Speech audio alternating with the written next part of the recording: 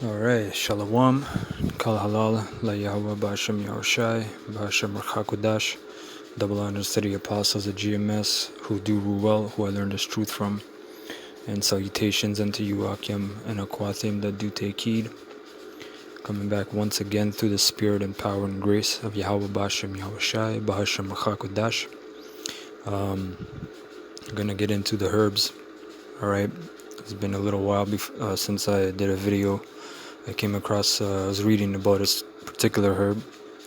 I have it before me here. I'm going to read through this and then bring out a few scriptures and whatever else the Spirit allows me to bring out.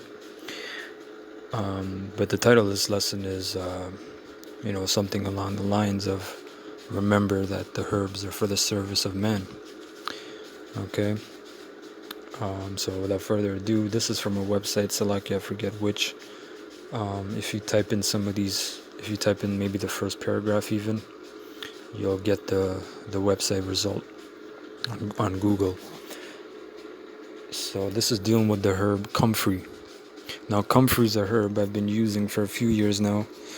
I make a pain ointment that I first and foremost made it for myself for conditioning and pain and bruises and things of that nature. And I've given it to other people with great results through the spirit of Yahweh Shem Yahushai. Not only for pain, but for fractures, even broken bones, torn ligaments and tendons. So this is a very powerful herb. It says the genus name for comfrey is Symphytum, which means to unite or knit together. The name Comfrey, that's where you get the word firm, means simply knitting of bones. You can use the leaf and the root, fresh or dried. Alright. Again, comfrey was actually known as a knit bone, for the, self-explanatory knitting of the bones together. People would actually make a poultice, which is like a hot extract in a cloth, and you apply it to the area.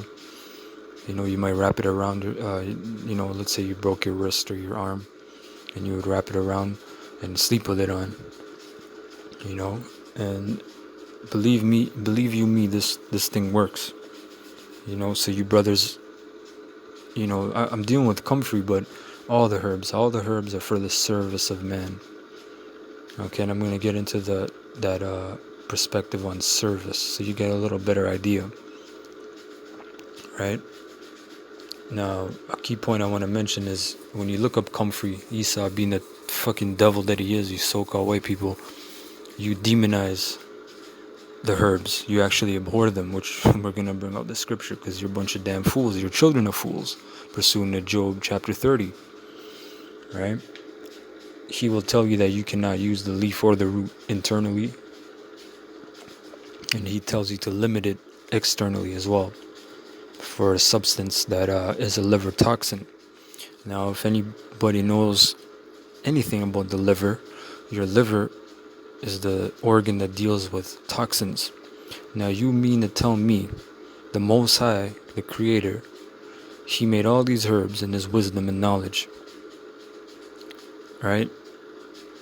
And you cannot use this herb because of the liver toxicity, but you people are out there drinking your goddamn guts out every damn weekend, barfing out your lungs, using all kinds of drugs. Look at these neurotoxins that you use from day to day, i.e. your deodorant, your toothbrush, your hairspray, your makeup, your shampoo. These are all neurotoxins and liver toxins. Your liver can deal with these things, but Esau, he don't want you to deal with it. Comfrey is a herb that really master herbalists use because of that specific reason of the toxicity level. Now, there's herbs that you got to use very cautionary, and in small amounts, and not for a long period of time. Right? This is where the skill of the physician comes in. Reading on, it says comfrey contains a special substance called allantoin, which is a cell proliferative. In other words, it makes cells grow faster. This is one of the reasons why Comfrey treated bones knit so fast, wounds mend so quickly, and burns heal with such little scarring. Comfrey is often called knit bone or healing herb. This same substance, twine, is found in the placenta of a pregnant mother, which helps the baby grow rapidly. After the baby is, you see that same substance in Comfrey is found in the placenta of the baby, which that fetus is growing rapidly. So that substance is very strong, man. The Most High is he doesn't need a counselor, man. He's the master, man. He's the good one. He's the one that made everything in his knowledge. After the baby is born, Alan Twine, or twin, it's like, yeah, I know I'm twisting that up, is also found in the mother's milk, abundantly at first, and less so as the child grows. See that? A few years ago, I was tossed off my little black mare and got a couple of broken ribs. I couldn't breathe and thought I died. After a couple of days, when I could move, I put a Comfrey poultice on my chest for a little while. After a few more days, I applied another poultice and then another. By this time, I felt fine and went back to riding. Comfrey is rich in vitamin B12, which is important to vegetarians. See? So that's another key point. B12. Right? I just seen a thing the other day where these damn devils, they're selling you B12 supplements that contains aluminum, which is a toxic heavy metal that accumulates in the body, primarily in the brain. Okay? It is also rich in vitamins B1, 2, C, E, and A, and pantothenic acid, plus calcium, iron, manganese, and phosphorus. Now, down here it says Dr. H.E. Kirshner, MD, medical doctor, author of Nature's Healing Grasses, describes one of his most interesting cases involving Comfrey. A middle-aged woman came to me with a large malignant ulcer below the eye and close to the nose. I prescribed the Comfrey poultice and a green drink containing Comfrey leaves. Soon after the application of the Comfrey leaf poultice, the painful swelling subsided and rapid improvement was noted. Only a few months after the initial treatment, there was complete healing of the infected area and the malignant ulcer had disappeared. Right? Dr. Kirshner devoted 4 chapters in his book to Comfrey. He says it's great for lung and bronchial problems, skin and stomach ulcers, arthritis, skin cancer, tuberculosis, asthma, and even works as a beauty aid. Now, this green drink that he gave them, right? It doesn't say here. I thought it would say it here, but it doesn't. Comfrey is actually very rich in chlorophyll as well. All right, so that's another key point. Chlorophyll is what makes the plants green. Right, when the sun hits it, it turns green via photosynthesis. Chlorophyll is what you want. Chlorophyll is very, very good for you. It's a detoxifying agent. All right, a lot of vitamins, etc., etc. So there's a little information on that. Key note: if you brothers want to make a poultice or deal with the Comfrey, very good herb for you to pair it with. For external application, meaning on your skin as a poultice. If you have any bruises or pain or broken or fractured bones, again, is plantain leaves. So Comfrey and plantain, they go hand in hand. They're brother and sister. So there's some information for you brothers. You can do your due diligent research again and research more. So now let's get some scriptures. This is Psalms 104:14. He caused the grass to grow for the cattle and herb for the service of man. So you got to think about it.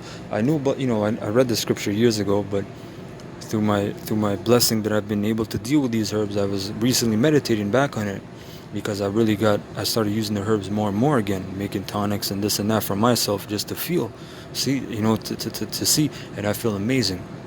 These herbs, as small and brittle and useless as many people think they are, they're some of the most electrically charged things you can consume. and our bodies are, of course, electrical, right?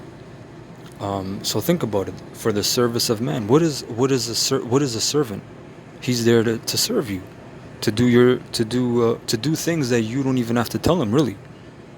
Because these herbs, man, there's herbs that can cross the blood-brain barrier. You know, not everything can get up to the brain. There's a barrier, but some herbs cross that. You know, all these herbs, they have their own pathways. They know where to go, what to do, where's your ailment. You know, where's this and that, man. Very serious. So these herbs are serving you, man. So use them.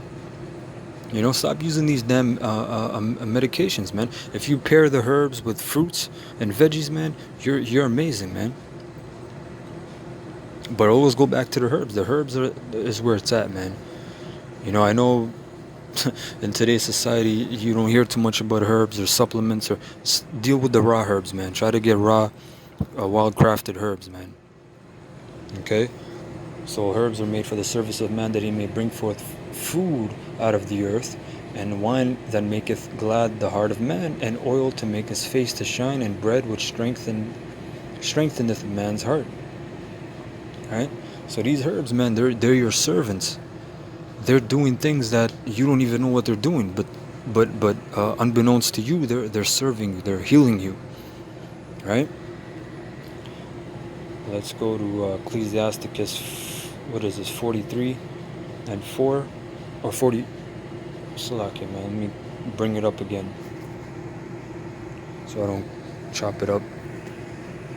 Salakia, Ecclesiastes 38 and 4. The Lord hath created medicines out of the earth. So where does medicine come from? It doesn't come from the CDC, the Center for Disease Control, or Health Canada, or Esau's laboratory.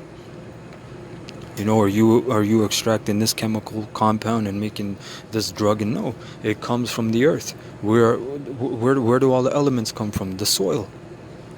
The herbs, they take the sunlight. You know, they're chlorophyll-rich plants. Then they extract the inorganic, okay, in quotation, inorganic minerals, which are physical minerals, like your copper, you know, iron, all these different minerals which you can consume because, you know, they're in their physical form. The plants, the herbs, are the ones that take that, transition it into bioavailable or organic compounds, minerals. All right, because think about it. Like, for an example, you have copper. Copper, you hear, that's a good mineral for you. Very good.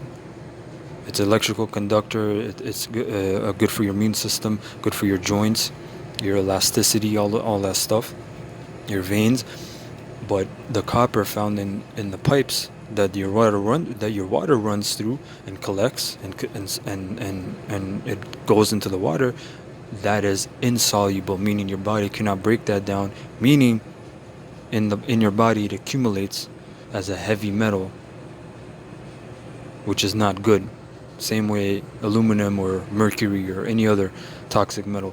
But the organic copper from different plants and herbs and veggies is the one you want. But how does it become organic? Because the plants are doing it. They're serving you, man. The Most High is beautiful, man. Alright? And he that is wise will not abhor them. So who's not wise? Esau. They were children of fools, yea, base men, pursuing Job 30. Right? Base fucking men. So this is where the real medicine comes from the earth. Okay? Was not the water made sweet with wood, that the virtue thereof might be known? And he hath given men skill, that he might be honored in his marvelous works, with such that he heal men and taketh away their pains. Like another thing I can bring up is what is it? Aspirin, I believe. Aspirin is taken from the willow bark tree, which is a herb. And guess what? The willow bark is used for pain. If you have serious pain, or you have like a throbbing pain, like a bruise, or you just bump something or hit something, nothing will take it faster away than if you in today's age we have this thing called essential oils, which is steam distillation or steam distilling of plants and herbs, right? I'm sure you brothers have heard of the term essential oil. What that is, is very good, because that, like in that small bottle, you might have hundreds of pounds of that herb, right, in the oil form. So it's very potent. One of the best remedies for pain, applying topically, is either wintergreen oil or birch oil, sweet birch oil. And I've personally used it. I know it works. Verse 8, of such that the apothecary make a confection, and of his work there is no end, because there's all kinds of oils you can make. An apothecary makes oils and ointments and balms, right?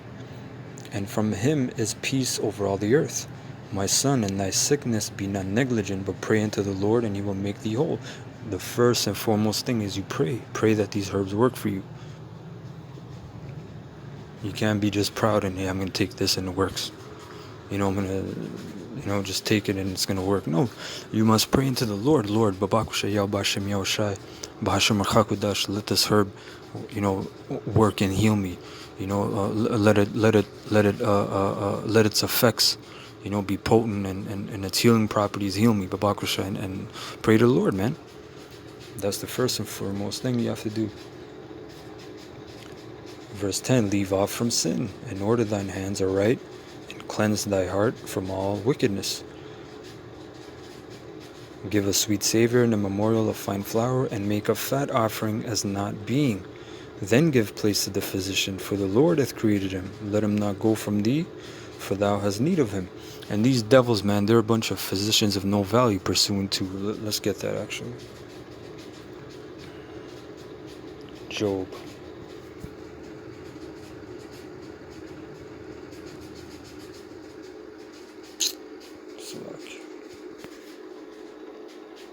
Job 13:4, but ye are forgers of lies. Ye are all physicians of no value. There was I think he was the president of the board of a pharmaceutical company. He was an MD as well, a medical doctor, and he was saying, I had to quit.